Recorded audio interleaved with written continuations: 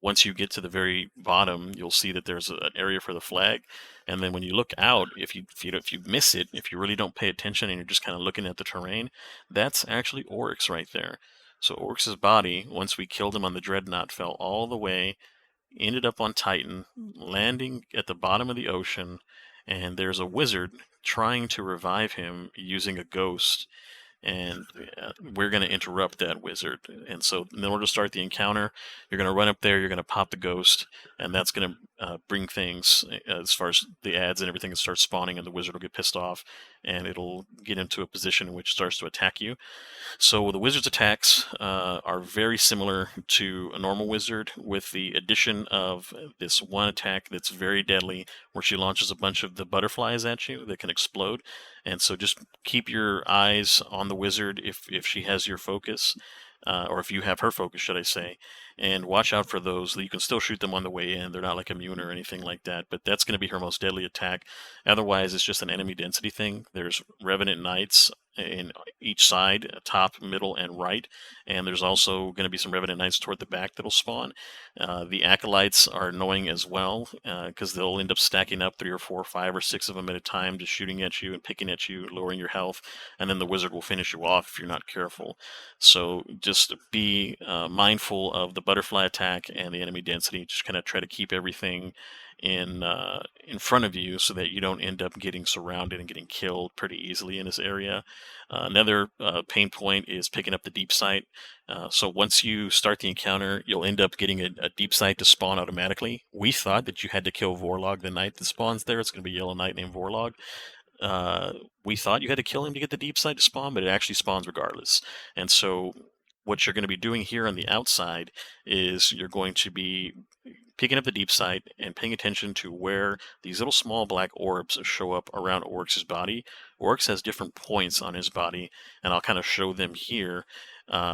And before I do, just a pro tip, along the edges, you'll notice that there's pools that you can jump into to take you to different sections of the map. Those are going to come into play soon, but another little pro tip if you're getting wrecked is you can jump into that wall of water. It's going to give you an overshield. Enemies can't shoot you, and you can just wait until your shields regenerate.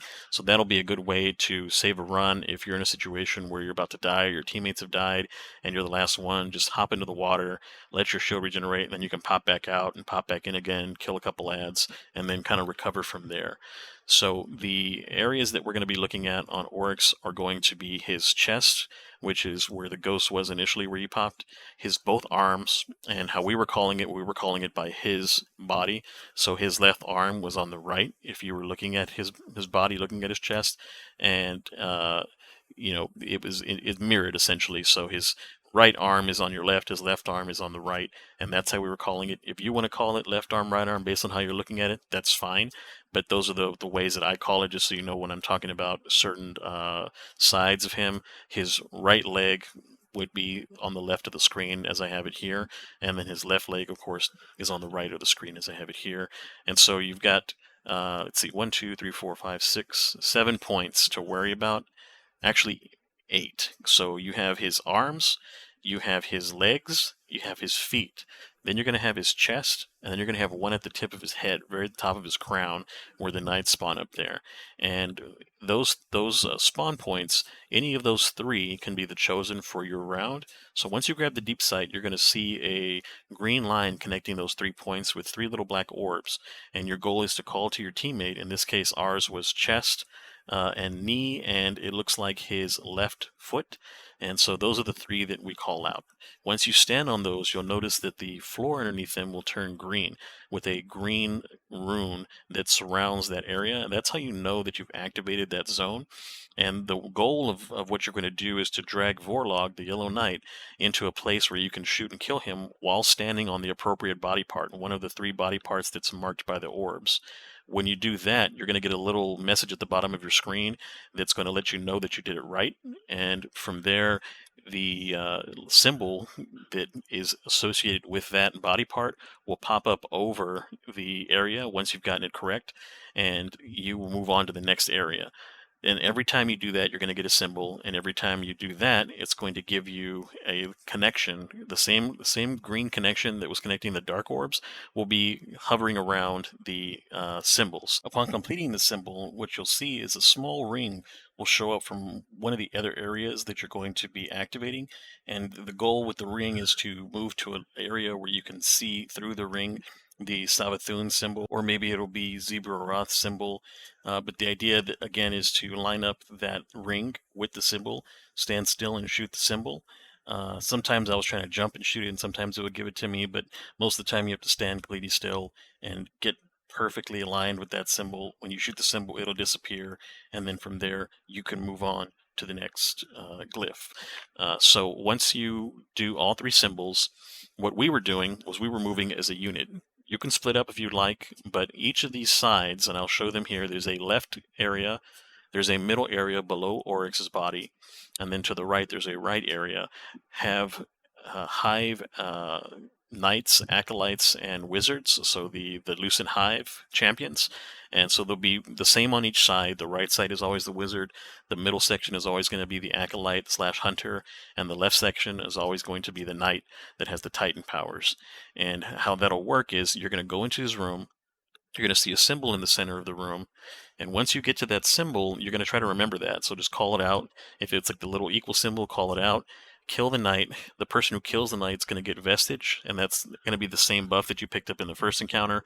That vestige is going to allow you then to activate one of the little black nodes on the outside that corresponds with the symbol. And so let's say it's the equal sign, and the equal sign is the head, for example. You're going to kill the knight, you're going to come out, you're going to grab the deep sight again, which is going to bring up those little green lines with the orbs, and you're going to activate the symbol at the head, for example, and then the head symbol will then be done. And so then you have to do that 2 more times. So you have to go into the other side, kill the acolyte, come out and activate its symbol and its location. You're going to go to the wizard side, you're going to come out, and then you're going to activate the wizard symbol and its location. So once you've done those 3, and just again to reiterate, you pick up the vestige by killing the person who ends up crushing the ghost, essentially, ends up getting the buff. That person will then go to the corresponding symbol, stand on the little black orb after activating the deep sight. What we were having is I was having X, here as you'll see on the screen, activate the deep sight for me, or I was activating the deep sight for myself because it was a little easier for me to tank the damage since I was running for survivability, which is super important. I was running healing grenade, I was doing everything I could to stay alive because there's just a ton of stuff shooting at you all at the same time, and you're very vulnerable when activating the deep sight. You activate the deep sight, you essentially dunk, or you activate the little buff on the orb that matches your symbol, and then you move on to the next area as a group. That's what we were doing. We were doing one at a time. And be real careful with the knight side, because the knight has that ability to bounce the shield around and hit you multiple times. There was one run that we had ended where we were basically done. I think it was our very first run, and we had a guy leave us mid-run, and we replaced him mid-run because you can actually join during the encounter, and we were about to finish it, and everybody went over to the Hive Knight. I didn't know they were behind me, and the Hive Knight bounced both shields right through me, and it just killed me, and then I turned around and they're dying, so everybody died, and the boss had like a few percentage left. We had one more phase, and we were going to kill the boss. So be very careful there. On the knight side, spread out, don't bunch up, pick at him, and then grab his ghost, and then move on. So that's going to be the main mechanics and the main kind of like encounter points. The rotation that you're going to do is to go from the middle section, have Vorlog activate all 3 of the symbols so you know what they are, go to all 3 of the rooms together, kill the knight, kill the wizard, and then kill the acolyte. Come back out, of course, one at a time as a group, and activate the symbol one at a time. And once you're activating that very last symbol, be ready. What we were trying to do was to either DPS in a spot where like it was very visible, the wizard, or we would just go to the chest and we would DPS there. So once I was getting ready to dunk the very last of the 3 in the chain, we would go to the chest, I would drop my rift, or my well of radiance, should I say, and from the Will of Radiance, we were knocking down the shield just like the second encounter boss. I was hitting the boss with a couple of sleeper simulant shots, and that was knocking down the shield, and then the boss will then teleport a few times.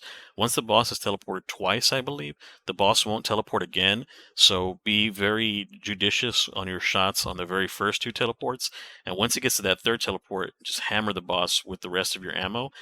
That way you don't make any necessary misses. And once you're out of Well of Radiance, because it will run out, or whatever, survivability tactic you're using, then you can get up closer to the boss because you've already popped his shield. And so I was just running up on the boss with my fusion rifle and just blasting him with the fusion rifle to try to chip down his shield. And that's pretty much the fight. You're going to rinse and repeat this. Most teams are probably going to, like, LFGs, because again, I do these with LFGs, probably going to take around 3 to 4, maybe even 5 if you got somebody doing very little damage, passes on this. And so again, it's a marathon. It's not a boss check, or it's not some crazy, like, you have to execute in a specific way within a few seconds or you wipe scenario. The only time you die is if you don't dunk a proper visage in the right place, or you don't dunk it in time. You'll get killed from there. But what killed us the most was bunching up and getting too aggressive in certain cases. We had one run where we're at the very end, and I'll show it here, where we're getting ready to kill him, and I'm right underneath the boss, and I'm hitting him with everything I got, and we're trying to just commit, and somehow the boss was looking at me, but killed me and my teammates at the same time while only shooting at me, and I don't know how that happened, but basically I died from the boss, and then I'm turning around on my screen and they're dead, and I'm like, how the hell did you guys die? And we lost with 1% health. So just take your time, stay safe. If you're getting a little bit low, it's fine to retreat and just do another phase. They don't take very long, especially if you get comfortable, like splitting up and killing each of the Knight, Wizard, and Hive at the same time, and then running in and dunking at the same time if you're like really, really good with your teammates. But just to be safe, as on an LFG, just go together. Just go as a group, clear each side, come out, do each side, boom, boss is dead. And that's pretty much the whole encounter. You get your loot from the center underneath the chest where Oryx's body's at, and then you get to go and hear some of the cool lore that they have. It's not exactly like groundbreaking lore. Don't forget to go back to Hawthorne too to turn in the quest. Nothing special that you get from her, but it just gets the quest out of your inventory, so it doesn't affect your bounties. But I loved the dungeon overall. The enemy density was just right. It wasn't too much. It wasn't like super little or boring. It wasn't a snooze fest. I know that there will be some people who might say, oh, it was too easy. Oh, we did it in like the first hour and nobody died and so on and so forth. But that's, again, people who are in these all the time. And this is what they do. And they're super sweaty. And they know each other. And they know each other how they play. They have all the gear. That's not going to be the reality for most players. And especially people doing it in LFG. So this is a very LFG-friendly dungeon. It's beautiful. It is a very well thought out and well designed dungeon. It's not as annoying as Connect the Dots with the last two dungeons as far as kind of keeping that same theme. While it did still kind of have a little bit of that when you're talking about connecting the 3 areas of Oryx, it really did throw in additional variations by having to get the buff, get the deep sight, get into the right spot. It was a very well designed boss fight, and each of the fights, I believed, were all enjoyable. Nothing was a slog. Nothing was too tedious or boring or anything like that. The only thing that was annoying was just dying to dumb stuff, like dying to the Knight Shield bouncing 6 or 7 times and killing you. You can't do nothing about it. Or dying to the boss shooting all 3 of us at the same time somehow. So that's the only thing that you just have to watch out for, is just little annoying wipes. But other than that, the mechanics are very clear. They're straightforward. Survivability is key. And I haven't done the mastery yet, or the challenge, but I imagine the challenge, if there is anything like that, is going to be like everybody has to dunk at the same time, or the same person can't dunk more than once, or something like that. So nothing too wild as far as groundbreaking goes, but it's a cool dungeon. You guys enjoy. If you have any questions or you guys are running into any issues and it's something that I didn't touch on, just leave me a comment below and I'd be glad to try to help you guys out. Thanks very much again for watching. I appreciate all my new subscribers, my subscribers that have been sticking around for some of my guides or just informative videos in general. I always try to put out videos that are very helpful, and I try not to put out some of the spammy videos, but every now and then I may put out like, hey, get this from the gunsmith or do these things, but it's not something that I'm going to do like every week, especially because I just don't have that kind of time. So again, appreciate all the subs. Enjoy the outro. Thanks very much. You guys are awesome, and I'll see you in the next video.